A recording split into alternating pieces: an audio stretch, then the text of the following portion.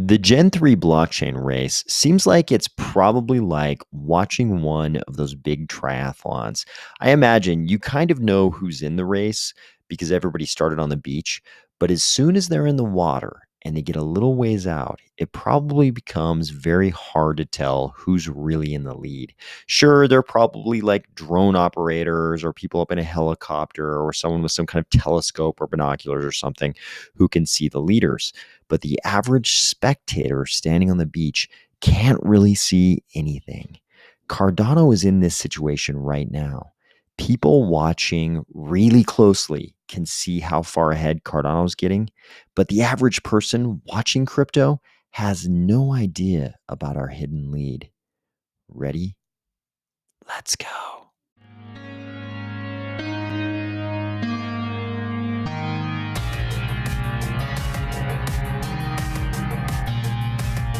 Today, we're going to discuss Ethereum's centralized censorship problems and, amazingly, how they're only getting worse, the thickness of the Robbery forest and how it's now causing confusion over what is actually a robbery, the Rare Bloom event that went down this weekend, a SundaeSwap demo on Hydra, and Oracle live on Cardano mainnet, the Lace presentation along with the Lace Explorers program, and paper wallets from NMKR. If you immediately objected to my intro because you've actually been to a triathlon and you know there are leaderboards for the spectators to keep track of who's in the lead, don't worry, it was just an illustration. Or if you're finding value in these videos each weekday, please consider delegating to the Army of Spies stake pool, ticker AOS. There is ongoing trouble in Ethereum. Things were looking bad before, but there's actually ongoing trouble in Ethereum, and it's still pretty much all due to certain architectural decisions they've made in the past. These decisions are now just sort of coming to fruition, and not in a good way. Here we see a post. We reached another sad milestone in censorship. 51%. He's saying 51% of blocks are now enforcing OFAC compliance. They are censoring to comply with the OFAC sanctions. This means if the censoring validators would now stop attesting to non-censoring blocks, they would eventually form the canonical 100% censoring chain. That's right. He's saying that because they've now reached 51%, if those 51% of censoring validators would stop dealing with the non-censoring blocks, then that would be the canonical Ethereum chain, and it would be 100% censored, sort of like a censorship 51% attack almost. If we go to the MEVWatch website live, we can see that it's actually worse than that poster was complaining about. It's actually 1% worse right now at 52%. Earlier today, I checked and it was at 53%. So that wasn't some kind of weird spike on the 1 hour chart or something like that. This is the 1 day time frame, and it's definitely at 52%. So not only can Ethereum no longer claim they're censorship resistant, they are actually majority censored. As of this moment, Ethereum is majority censored. This is a very big change from just a few months ago when people wouldn't have been able to credibly make this claim. But the Ethereum blockchain is actually majority censored. Why is this? It's due to centralization. It's because everybody is using basically the same MEV Boost middleware.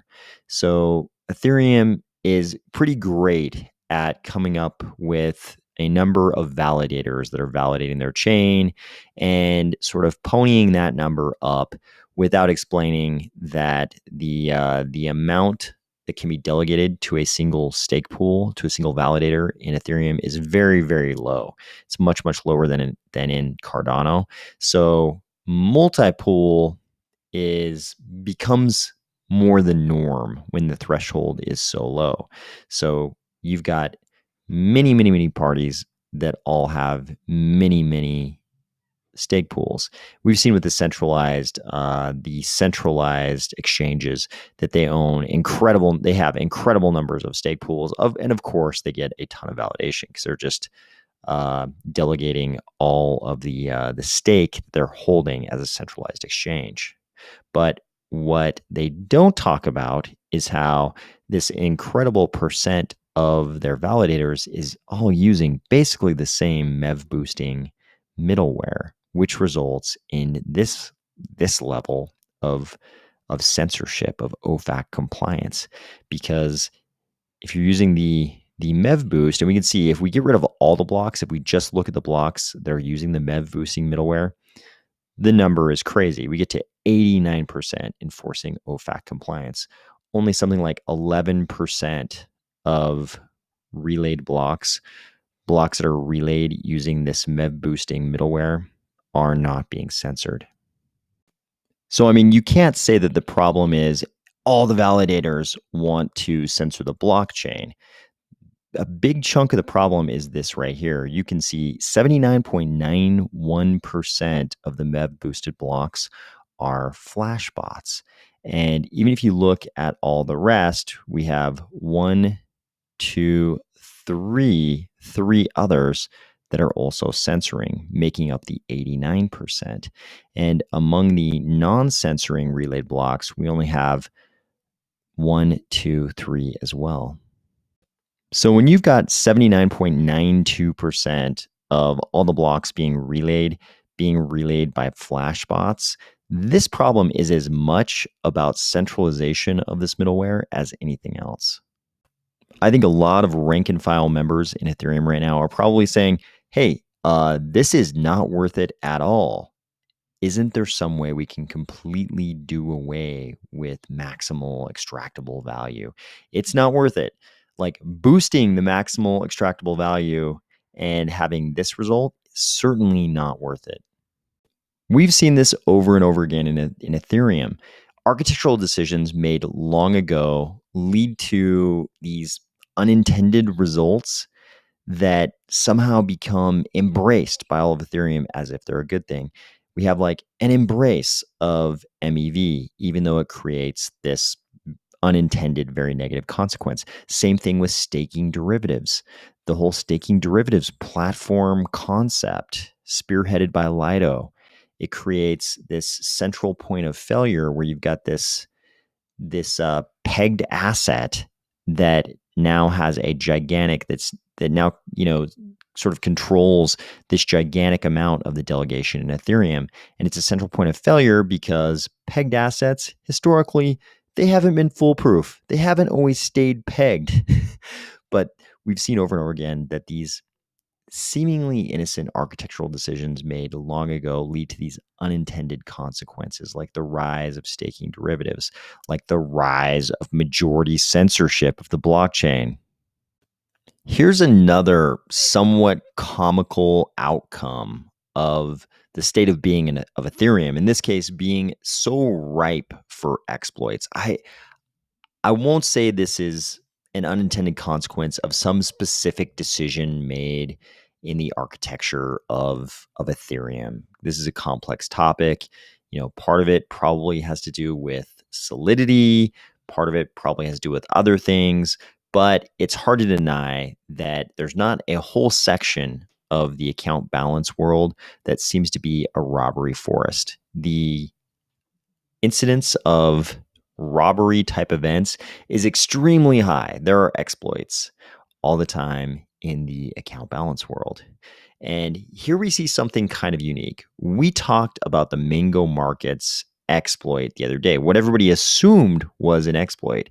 It looks like now that label is being challenged by the person who was responsible for that event. It looks like here we have a post that says, statement on recent events. I was involved with a team that operated a highly profitable trading strategy last week.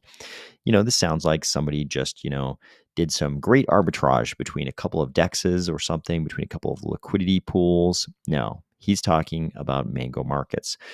I believe all of our actions were legal open market actions using the protocol as designed, even if the development team did not fully anticipate all the consequences of setting parameters the way they are. Unfortunately, the exchange this took place on, Mango Markets, became insolvent as a result, with the insurance fund being insufficient to cover all liquidations. This led to other users being unable to access their funds. I love this. It's like, Oh, what? You can't access your funds because of my highly profitable trading strategy? Well, somehow that led to me having all of the money and you being unable to access money. This is certainly no kind of theft, just highly profitable trading. And then he goes on to say, to remedy the situation, I helped negotiate a settlement agreement with the insurance fund with the goal of making all users whole as soon as possible, as well as recapitalizing the exchange. You'll remember there was the sort of negotiation between Mango Markets and the person we were calling, many people were calling the attacker then, even though that label is under challenge now. And this is being recharacterized here as this person helping negotiate a settlement agreement with the insurance fund. That sounds very different than the attacker is holding the DEX hostage.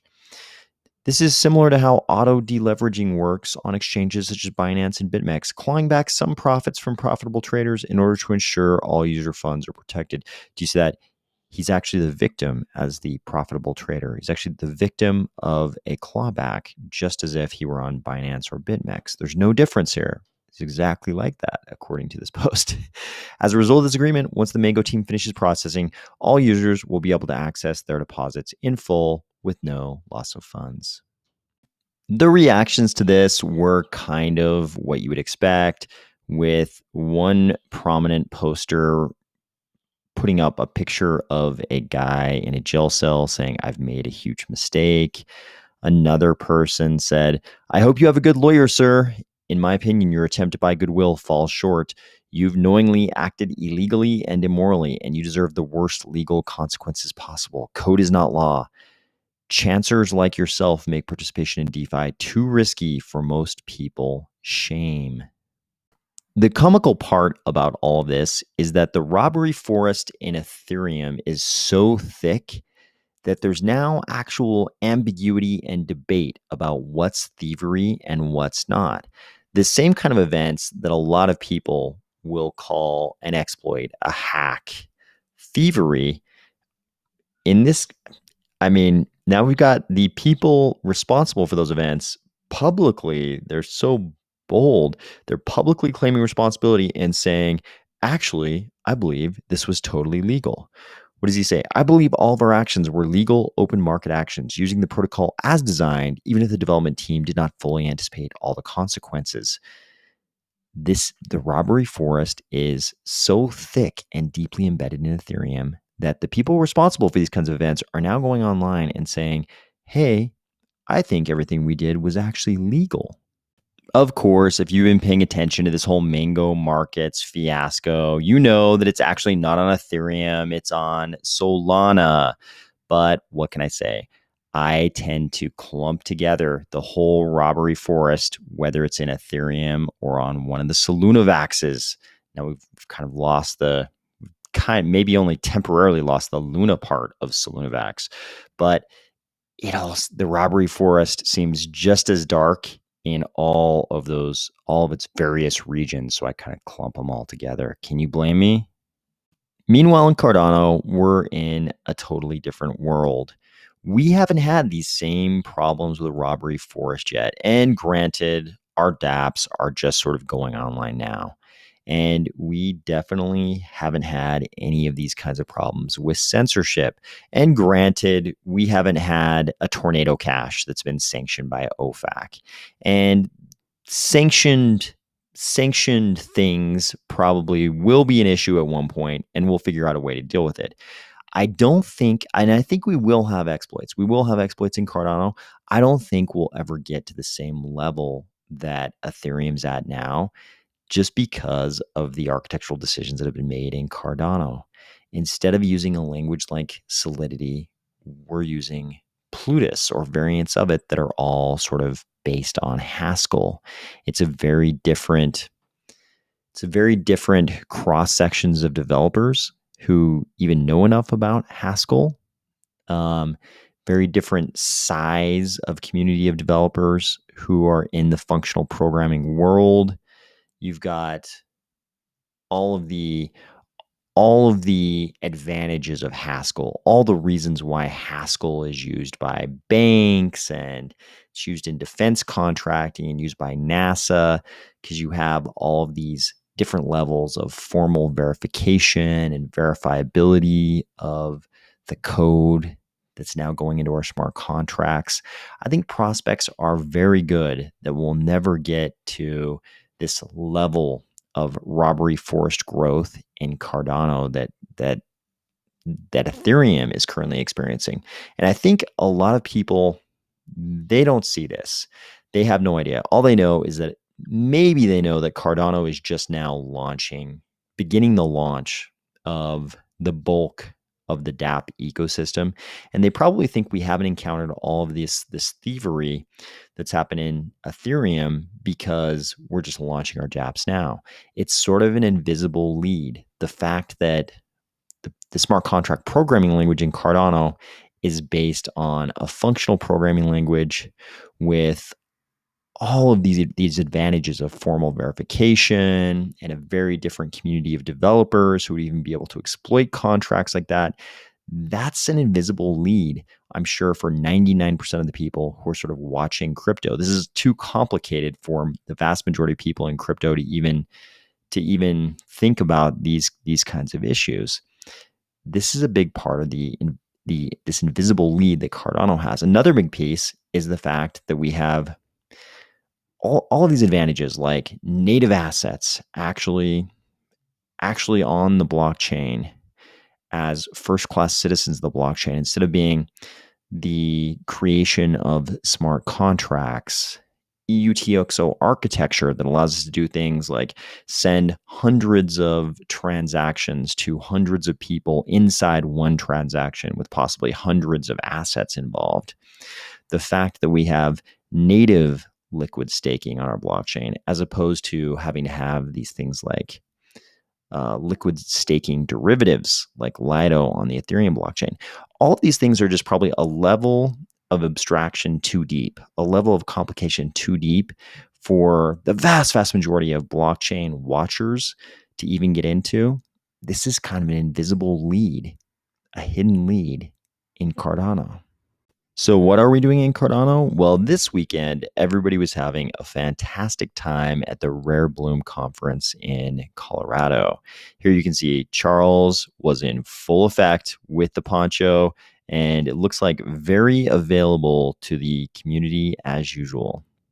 Some great little bits of information also dropped before and during the Rare Bloom conference. Here's SundaeSwap Labs saying, today our team is excited to demo something we've been hard at work on for months, SundaeSwap on Hydra. While it weighs out, this is an important milestone in not just our scaling journey, but Cardano's as well. We'll provide detail later, but in the meantime, check out our video. And this is a video of SundaeSwap on Hydra.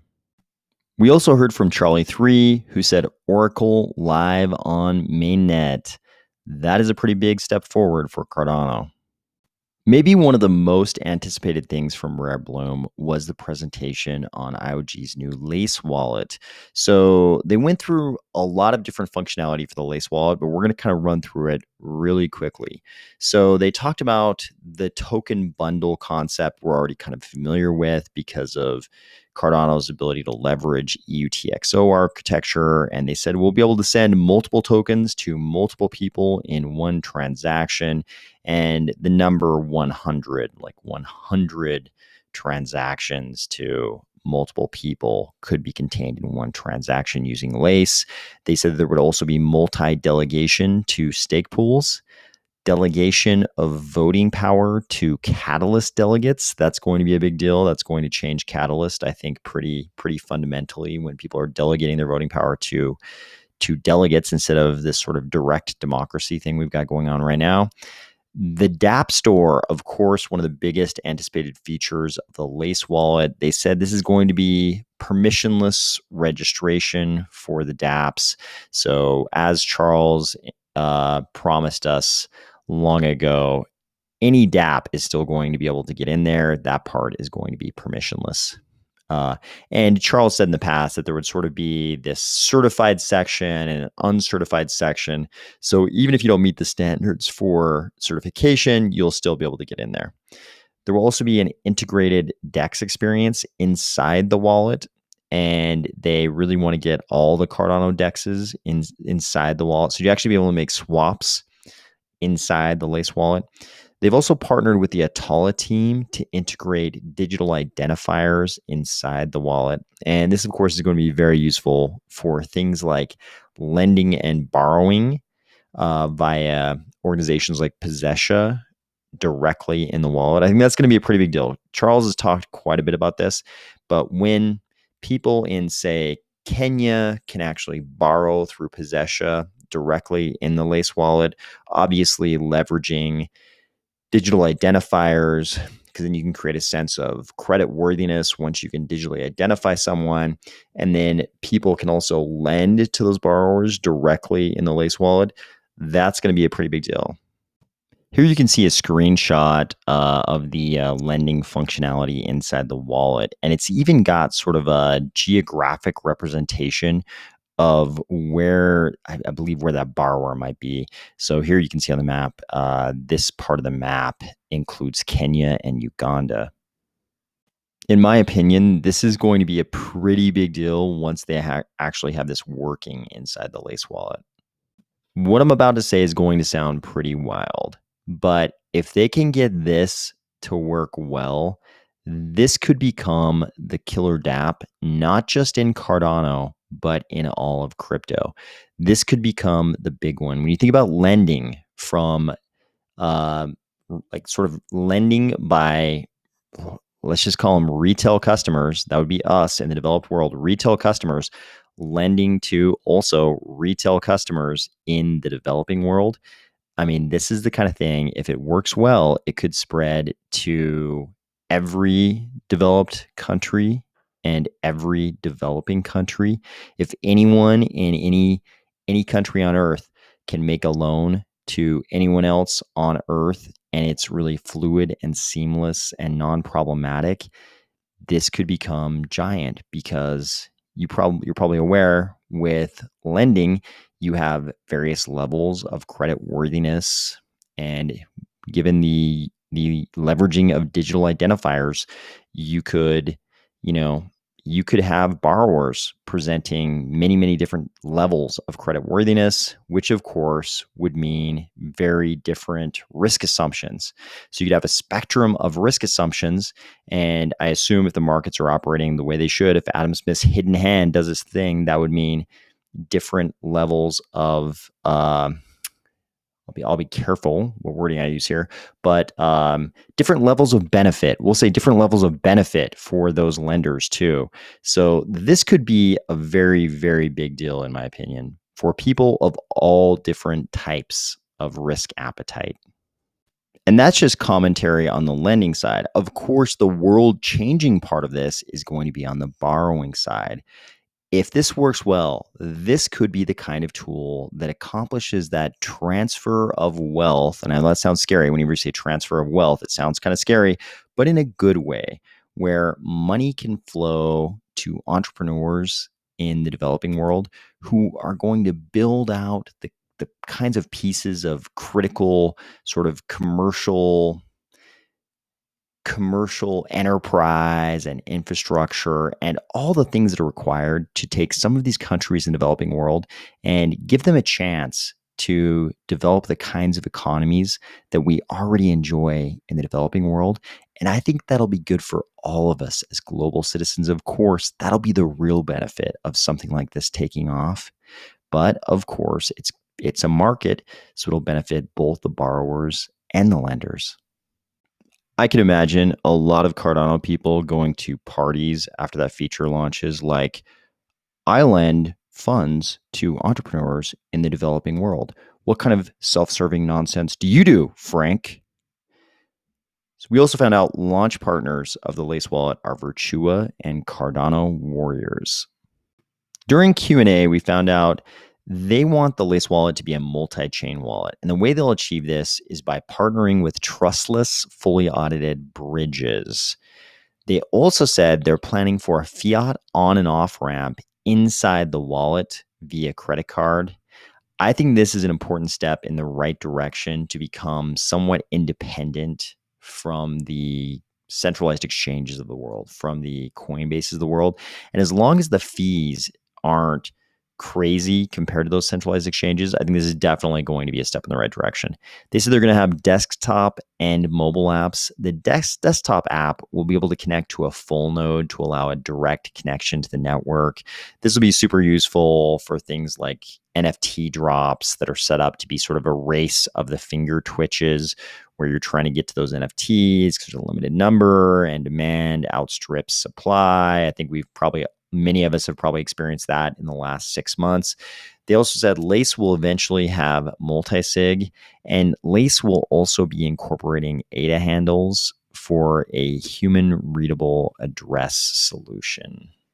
If you want to be one of the first people to try out the Lace wallet, you can go to the website, lace.io, and sign up for the Lace Explorers beta program to be one of the first in line to test drive Lace. Finally, NMKR tells us they are launching a paper wallet function. Offer your users an easy entry point to Cardano NFTs, the possibility to create a paper wallet that can hold ADA NFTs and tokens. I like to see this because in the early days of crypto, I think a lot of us had paper wallets. I definitely had Bitcoin on paper wallets back in the old days before I had a ledger. Of course, now I keep everything on a ledger, but I think this post is right. Paper wallets, especially now, the way we do paper wallets now, much safer than in the old days. I won't get into the lack of a change mechanism in Bitcoin in the old days. There was a really great way to lose all of your Bitcoin if you used a paper wallet and didn't realize there was no change mechanism in Bitcoin. Very different now, and I agree, this is probably a great way to get new users into Cardano. Just allow them to create a paper wallet. And in Cardano, of course, we've got native assets, so they could put ADA or any other native asset on that paper wallet. It'd probably work great. I hope you had a great weekend. Hopefully, a lot of you went to Rare Bloom and had a great time.